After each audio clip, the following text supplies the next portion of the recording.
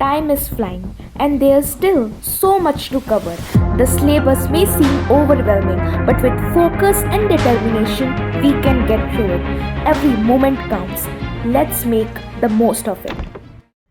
So hey everyone, it's me Elena and I welcome you all to my YouTube channel. So in this video, I will be revealing my pre-board 2 result. So our pre-board 2 were conducted on the month of December and we got our results on January.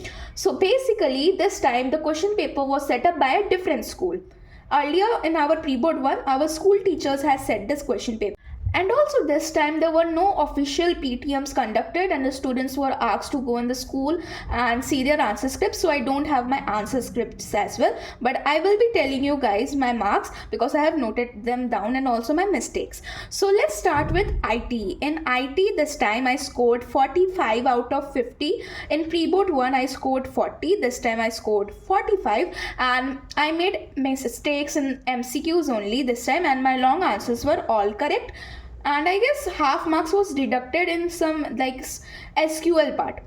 So here I have taken my question papers and I will be telling you all in which questions I have made mistakes, and also the PDF of this question paper has been already uploaded on my Telegram channel and I will also try to upload them on the description of this video. Now coming to English.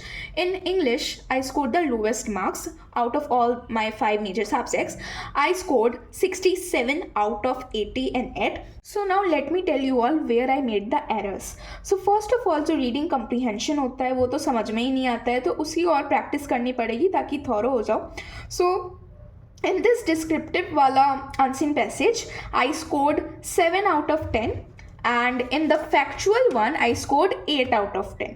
ठीक है, तो यहाँ पर ही कुछ marks deduct हो गए और सबसे majority of marks are of mine are deducted in the grammar section. Last time मेरा ग्रामर सेक्शन एकदम अच्छा गया था, इस बार थोड़ा ख़राब हो गया क्योंकि मैंने लिटरेचर में ज़्यादा फोकस कर दिया था. तो ग्रामर में मुझे मिले आई गेस 7 आउट ऑफ 10 या 6 आउट ऑफ 10, हाँ ऐसे ही मुझे मार्क्स मिले.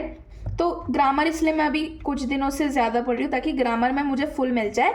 और इस बार लिटरेचर वाले पोर्शन में मेरे बहुत ही कम कटे हैं. जो 6 मार्कर वाले आंसर्स होते हैं ना उसमें मुझे फुल 6 मिला है और 2 क्वेश्चंस होते हैं उस दोनों में ही मुझे फुल 6 मिला है. जो हमारे आरटीसी वाले होते हैं ना तो इसमें ये एक 1 मार्क का था तो मैंने उसमें ज़्यादा लिखा तो मैम ने हाफ मार्क्स डिडक्ट कर लिया and she has had also mention like half marks has been deducted for crossing the word limit. लेकिन अभी मुझको प्रैक्टिस ग्रामर की और आंसर पैसेज की करनी पड़ेगी तो मेरा मार्क्स और अच्छा आ जाएगा. Now coming to Hindi. Hindi इस बार मैंने इम्प्रूव किया है और आपको मैंने हिंदी के लिए प्री बोर्ड वाला एक ब्लॉग भी बनाया तो वो एकदम रियल वाला मैंने प्री बोर्ड के लिए प्रिपेयर किया था. तो वो ये वाली वीडियो मैं आपको दिखा देती हूँ तो आप देख सकते हो कि मैंने हिंदी के लिए कैसे प्रिपेयर किया था अपने प्री बोर्ड 2 में. सो हिंदी में मुझे लास्ट टाइम मिला था 70, this time I got 75.5. So grammar में लास्ट टाइम मेरे मुहावरे में मिस्टेक्स हुए थे, इस बार मेरा ग्रामर पूरा मुझको मिला है फुल मार्क्स. और एक मेरा असर्शन रीजनिंग गलत हो गया था आंसर पैसेज का, आंसर्स में हाफ मार्क्स काटे क्योंकि स्पेलिंग मिस्टेक्स तो हो जाती है हिंदी में थोड़ी छोटा हो छोटी ये सब की, तो उसके वजह से ही कटे हैं मेरे मार्क्स. बाकी तो मेरा सही है. और लेटर में मुझको हाफ मार्क्स सर ने मेरा डिडक्ट किया है. विज्ञापन में भी फुल मिला, लास्ट टाइम फुल नहीं मिला था. और जो हमारा अनुच्छेद लेखन होता है उसमें भी मुझे फुल मार्क्स मिला है. तो और एक ईमेल में मेरा हाफ मार्क्स काटा था तो वो तो स्पेलिंग मिस्टेक्स होती है तो थोड़ा कट हो जाता है. सोशल साइंस में लास्ट टाइम मेरे सारे एमसीक्यूज और मैप गलत हुए थे तो मुझको मिला था 75. दिस टाइम आई गॉट 75.5, खाली 0.5 मार्क्स इंक्रीज हुआ है. This is improvement. हाँ, सो यहाँ पर मेरा जो एमसीक्यू वाला पोर्शन था उसमें मेरा खाली 1 एमसीक्यू गलत था.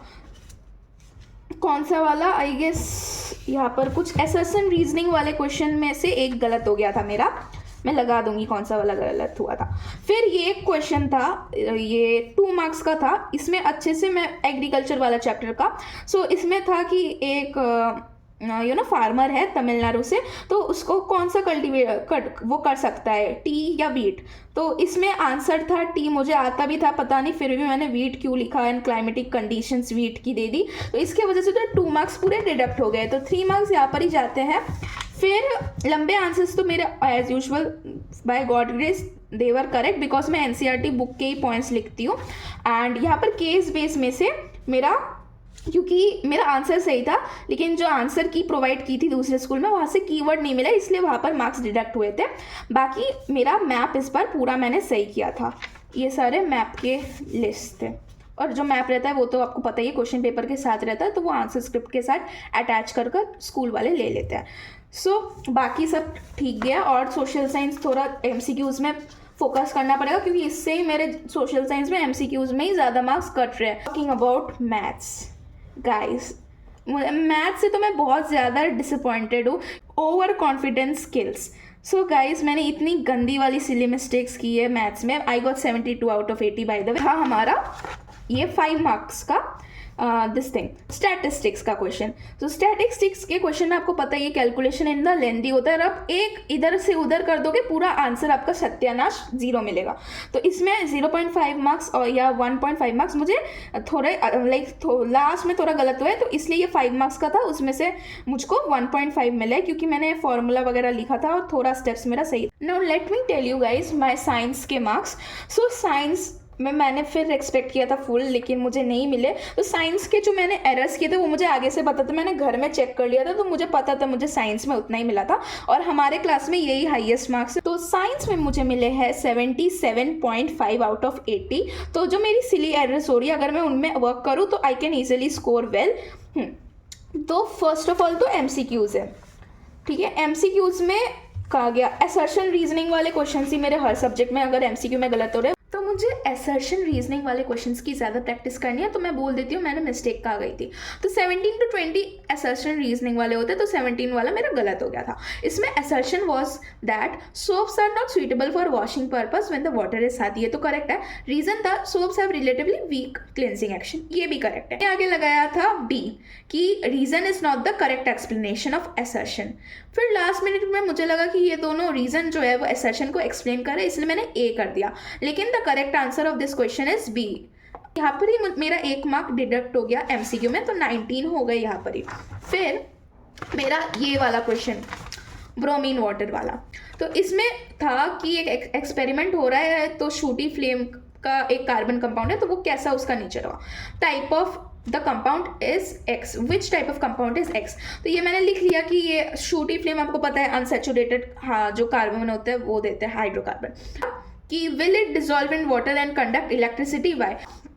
इसमें मैंने लिख दिया एसिटिक एसिड। आंसर होगा कि ये अनसेचुरेटेड हाइड्रोकार्बन, ये कोई सा भी एल्कीन है या एल्काइन है, और ये पानी में इलेक्ट्रिसिटी कंडक्ट नहीं करेगा क्योंकि आयंस में नहीं टूटेगा। तो इस वाले में state 3 factors on which the strength of the magnetic field produce by a current carrying solenoid depends. यहाँ पर ही मेरे मिस्टेक्स हुए थे, बाकी मेरा पोर्शन सही था। जो परसेंटेज अभी कैलकुलेट करते हैं तो मेरा परसेंटेज आता है 92%। एंड सोन मैंने आप लोगों का वोट मांगा था, तो उसमें आप लोगों ने रिजल्ट वाले में ज़्यादा वोट किया था, इसलिए मैं ये वीडियो आपके लिए लेकर आ गई। सो जो नेक्स्ट वीडियो होगी उसमें मैं आपको होल डे कैसे प्रिपेयर कर रही हूँ अपने बोर्ड एग्जाम के लिए, वो एक व्लॉग में रिसेंटली पोस्ट कर दूँगी। So thank you so much for watching, do subscribe for more.